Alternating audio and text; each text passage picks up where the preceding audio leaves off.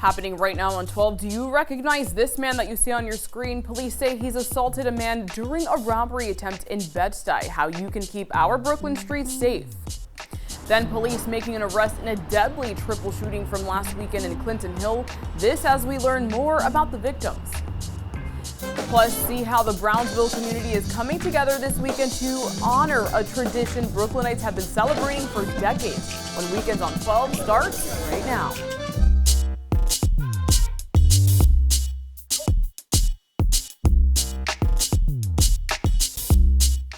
Good morning and thanks for starting your weekend with us right here on News 12 Brooklyn, where local matters. I'm Brittany Cadet, and we're getting you up to speed about everything that's happening right now in our borough. But first, let's take a live look outside. It's beautiful. You can see that sun peeking through. The sky is blue, not a cloud in sight. So let's bring in Stormwatch team Skylar Day Harmon with a little bit more on what we're going to see today. Skylar, is it going to stay beautiful?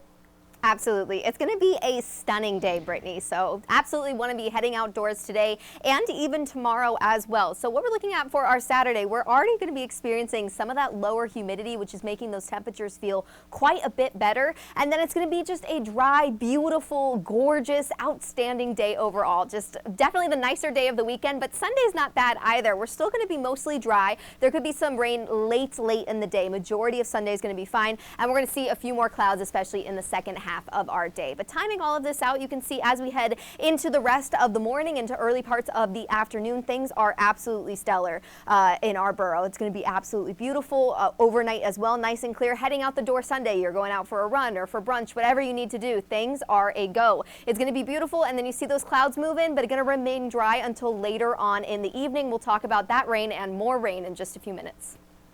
Skylar, thank you. New today, police need your help tracking down this man after they say he assaulted a man during a robbery attempt in Bed-Stuy. And now we're told the man that you see right now on your screen approached a 33-year-old man on Marcy Avenue at around 4 in the morning back on July 5th. Now he demanded his property, and that's when cops say he began punching him all over his body. And now while trying to get away with that, he ran away with his backpack. That victim was taken to a nearby hospital where he is in stable condition at this hour.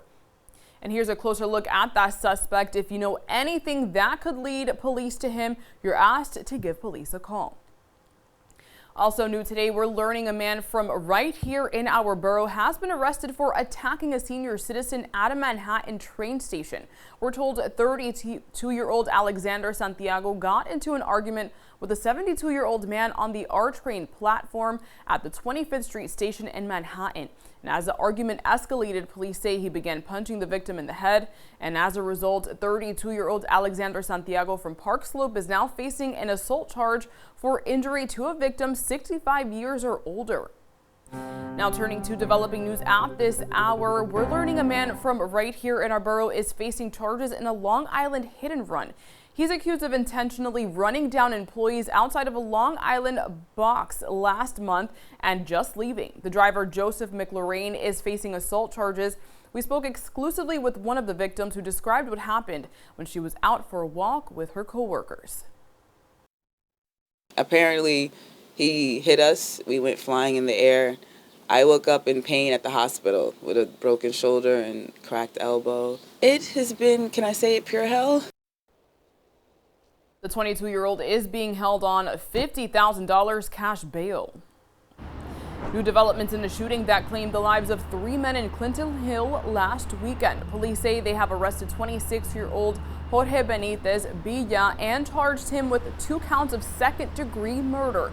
They also gave out the name for the third victim, 59-year-old Francisco Fuentes Rangel, who lived on Ryerson Street in the same street where that shooting took place. Police say he was initially taken to the hospital with serious injuries, but then he later died. And we're told the other 2 victims were found dead on scene. Brooklynites took over Church and Utica Avenue to help promote a safe summer for all residents. The initiative began after violence impacted the neighborhood and community members wanted to take a stand to the violence. East Flatbush Village provides a number of resources to help keep young Brooklynites off the streets and involved in programs like sports events, family workshops, and mentorship programs. We try to do a lot of wraparound services to help support not just mental health but anti-gun violence. So it's very, very, in a selfish way, it's rewarding for me because I kind of get this, it's almost like a tangible, change that you see. This is the third Occupy the Corner event in what the East Flatbush community says is a series. Meanwhile, we're learning a building in East New York erupted in flames last night. We're told this all happened at around 9 p.m. on Williams Avenue between Blake and Dumont Avenue. Fire officials say the fire started on the 4th floor and all patients were treated on scene. At this hour, fire marshals are still working to investigate the cause of that blaze. We have a silver alert for you. Concerned family members need your help finding a missing man from Bed-Stuy. This, you're going to see him on your screen right now, is 73-year-old Clifton Johnson. Police say he was last seen leaving his home on Lexington Avenue yesterday at around 7 in the morning. We're told he was wearing a black and green army-colored t-shirt and pants, black shoes, prescription eyeglasses, and walks with a cane. And if you know where he may be or if you have seen him, you're asked to call police immediately. Happening today, the Arab American Association of New York is hosting a street naming ceremony in honor of Bay Ridge leader Dr. Ahmad Jabber. It's all happening at 10 this morning on the corner of Ovington Avenue and 5th Ave.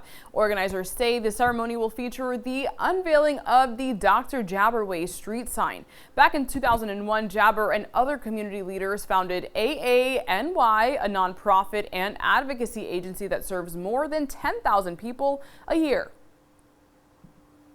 New today, we're learning the city's social services will soon stop cash assistance for residents who fail to meet work requirements. According to the Gothamist, the resumption of so-called welfare to work rules for cash assistance recipients will take effect on July 28th.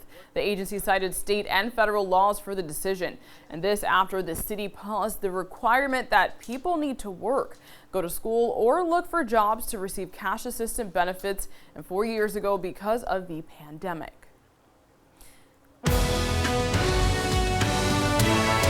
The very latest in our Vote 2024 election coverage, the Justice Department says TikTok could influence U.S. elections.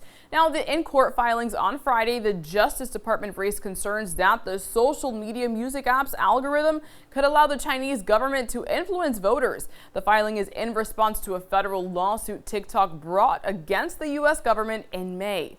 The lawsuit was an attempt to block a law that could force a nationwide ban of the app, and TikTok has not yet responded to the recent court filings. We're learning more adults are choosing to not have children. That's according to a study from the Pew Research Center released on Thursday. It found that the number of childless American adults younger than 50 years old is growing. The number leaped from 37% in 2018 to 47% in 2023. Among their reasons why, of course, financial concerns, infertility, or that it just didn't work out. Jazz music, good food, dancing, and feeling the love. That's how residents of Brownsville celebrated the Old Timers Day block party yesterday. Brownsville residents say the event feels like hometown heroes meeting up with the community for a day of fun. This all an effort to help raise money for the Brownsville Recreational Center. And organizers say it's their biggest event of the year, shutting down traffic and bringing in those who call Brownsville home for generations, including former NFL player Otis Wilson, who says he is proud to be representing his community. I grew up in the 60s and the 70s, and you got to be proud to come back and let people know that, hey, you come from the Ville. Never ran, never will. And the festivities continue today and tomorrow, both promising to have a full program of fun, food, and music. Well, the final weekend in July is officially underway, and we have some fun events that are happening right here in our borough that you can check out. New York Liberty is continuing their Summer Palooza Fun series of community events this weekend. Today they're hosting the Health Jocks Festival from noon until 5 p.m. at Pier 2 on Brooklyn Bridge Park. And tomorrow, over 20 vendors will be participating in the Smorgasburg at the Shed from 11 a.m. until 6 p.m. at Prospect Park. Looking to adopt a furry friend, Brooklyn Borough President Antonio Reynoso is hosting a pet adoption event today. Adopt a Shelter Animal is back at Borough Hall for the third summer in a row. It's all happening from 11 a.m. and will go on until 4 o'clock in the afternoon. Plus, the African Pop-Up Festival is being held at Hillel Plaza today and tomorrow, so you'll be able to enjoy food tastings, a marketplace, and live performances, all to celebrate African culture and local businesses. It runs from noon to 7 p.m. on both days, and that's at Hillel Plaza between Flatbush and Nostrand Avenue.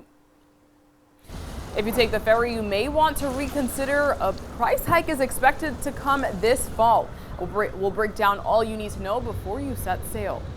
Plus, we're catching up with commuters about the G-Train shutdown, and we'll bring you what they have to say about its impact on their commutes.